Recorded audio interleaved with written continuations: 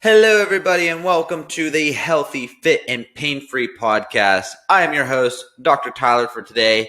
Ryan, my partner, is out for the day, so I'm going to be riding this train solo. So, if you have never been with us before on the Healthy, Fit, and Pain-Free podcast, we are here to provide exercise, nutritional, and therapeutic, both prehab, rehab, and a little bit for the mental state. Advice to help you get back to doing the things you love with the people you love. So, our topic today is going to be on why am I hurting? Now, we talk about this today. We are talking about this in the physical sense of hurting, such as pain. So, I really got on this topic today because, I was talking with a few members earlier, and they were bringing up some things that have been flaring up, things that have been bothering them. And, it's always a question of, so how long has it been bothering you for? It's been not even 2 weeks. So, okay. And that's where we really dive into me being a detective. This is more than a physical therapist. But so I'm hoping, the objective with this podcast today is to give you guys some reasonable and implementable advice on how exactly you can kind of get out of those, the pain that you might be dealing with. So when we talk about pain, we talk about two different kinds. We talk about acute and we talk about chronic. So acute and chronic pain. So acute pain is pain that just recently had an onset. This could be typically the way science works is this is pain that's, less than a month, even up to, less than 3 months. To be subacute. And then we have chronic pain. Chronic pain is pain that you've experienced for more than 3 months. And if you've read any of my posts, I talk about chronic pain all the time. And chronic pain is very multi-dimensional. Acute pain is as well. We're going to kind of dive into a little bit of both. So if you're someone who has had pain for less than a month, and if you're someone who has had pain for more than 3 months, this podcast is for you. So let's start talking about what is pain. If you've ever listened to this podcast before, you've heard me talk about pain a little bit, but I'm going to dive into it again. So pain is a signal that gets delivered to the brain that there is a change in stimulus going on in the system. That is by no means a Webster's definition for you, but that is my definition that I like to share with people. And this change in stimulus is typically in the form of pain.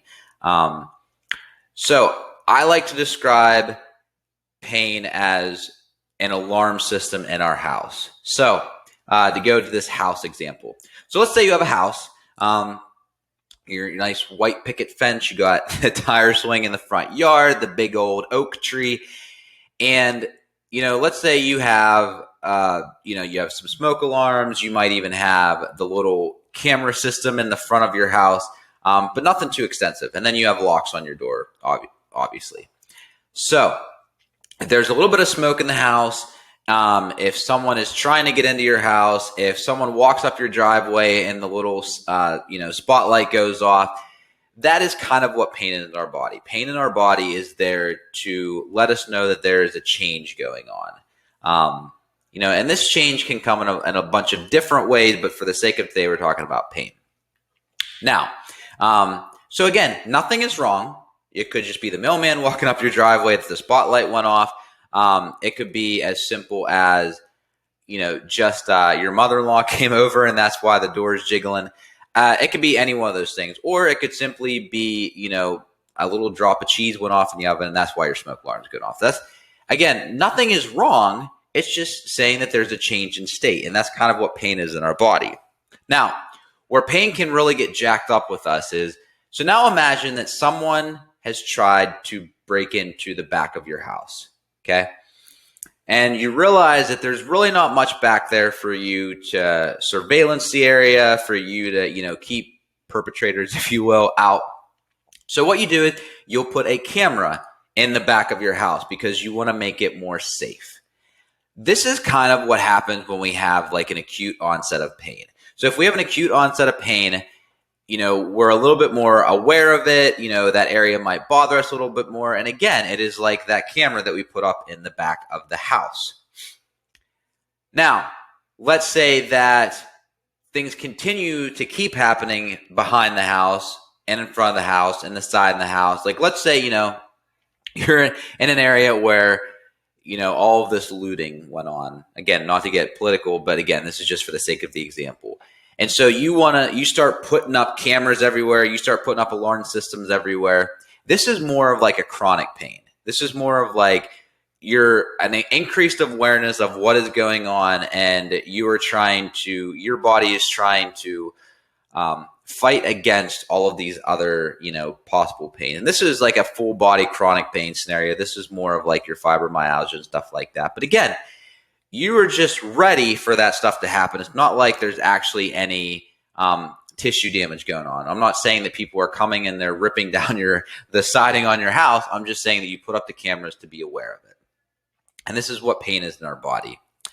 So can pain just happen though? So I give you this example, and I don't want to make it out like pain is not a big thing. I don't want to make it out that pain doesn't mean there's tissue damage going on. Obviously, if you have a hot stove and you put your hand on it and you keep it there, it's going to suck, and it's also going to hurt. And that's because there is tissue damage going on. But that's not always the case. Again, it's just an alarm system in our body.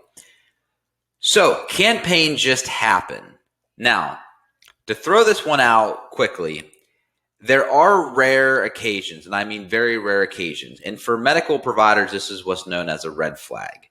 So if you're someone who just has an acute onset of back pain and everything else is ruled out, there are other things that it could be. It could be kidneys. It could be, I don't even want to use the word, but cancer. But again, these are very rare circumstances. This is typically not the scenario. So for instance, like low back pain, over 80% up to 85% of the population will experience low back pain. The 85% of people are not experiencing these red flags that I'm talking about. It's maybe 80% is experiencing those. So I want to get that out of the way. So don't think just because you're having pain and it just came on out of nowhere that it's because you have something severe going on. That's not the case at all. So what can cause pain? So typically, again, like I mentioned earlier, pain comes on because of a change in state, a change in what's going on. So a few things that I want to mention here is these changes can be anything from activity. It can be lifestyle change. It can be diet. It can be sleep. It can be mental or physical stress. It can be work. It can be all these things. And I'm going to dive into them a little bit here. So activity. This is one that we see here often when people first start off of like their first 2 weeks with working with us. There may be a little onset of discomfort, not necessarily pain. I'm throwing these kind of in the same bucket, but discomfort. That discomfort, simply change in activity. You have delayed onset muscle soreness. You're moving your bodies in different ways. You're doing different things. So your body is going to respond with discomfort. I'm not saying you should fight through this. There is no pain, no gain here. What I'm saying is, this is just your body is letting you know there's a disruption going on. Keep in mind too with these things, your body doesn't want to get bigger. Your body doesn't want to get stronger. Your body doesn't want to look good naked. Your body doesn't want to get ripped. Your body just wants to survive. So that's why it has this alarm system built in. So when you do these new activities, it's going to really let you know that something is going on because it doesn't like being uncomfortable.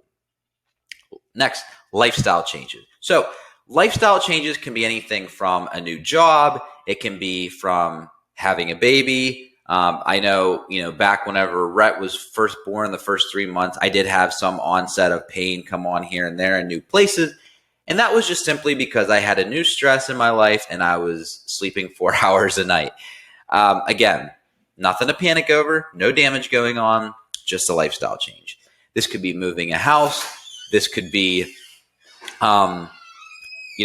this could be a change in your diet, or like you decide to take on a whole new role in your company, whatever it is. Lifestyle change can obviously make this happen as well. The third thing is diet. One thing that we constantly talk about with the ladies here is, diet change. Whenever you start really increasing your activity, if you're not eating enough, this can really jeopardize your ability to heal and recover.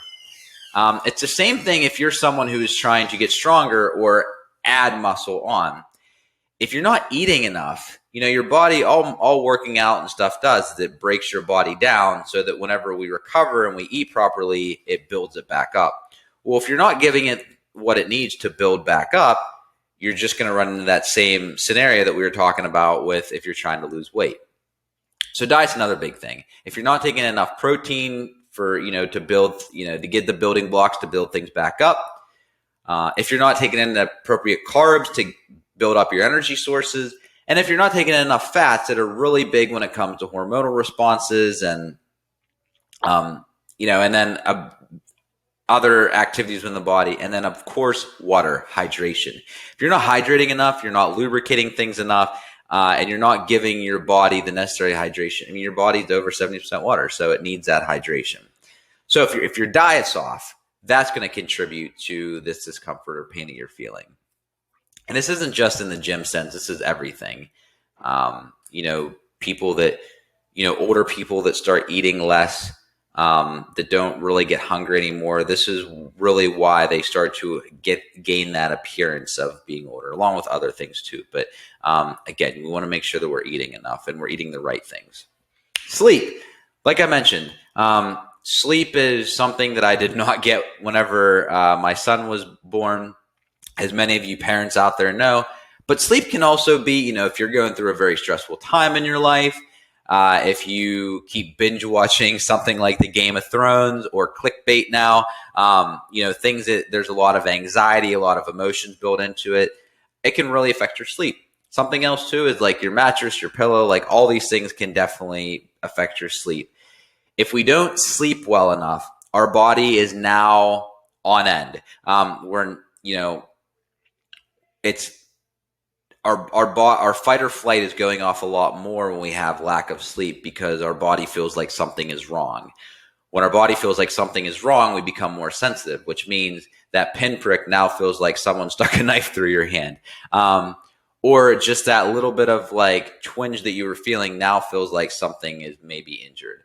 And these are things that we have to really consider. Again, like with lack of sleep. Do you ever have lack of sleep and you felt really irritable the next day with your partner or with a colleague or a friend? It's the same thing with pain, discomfort, whatever you want to use there.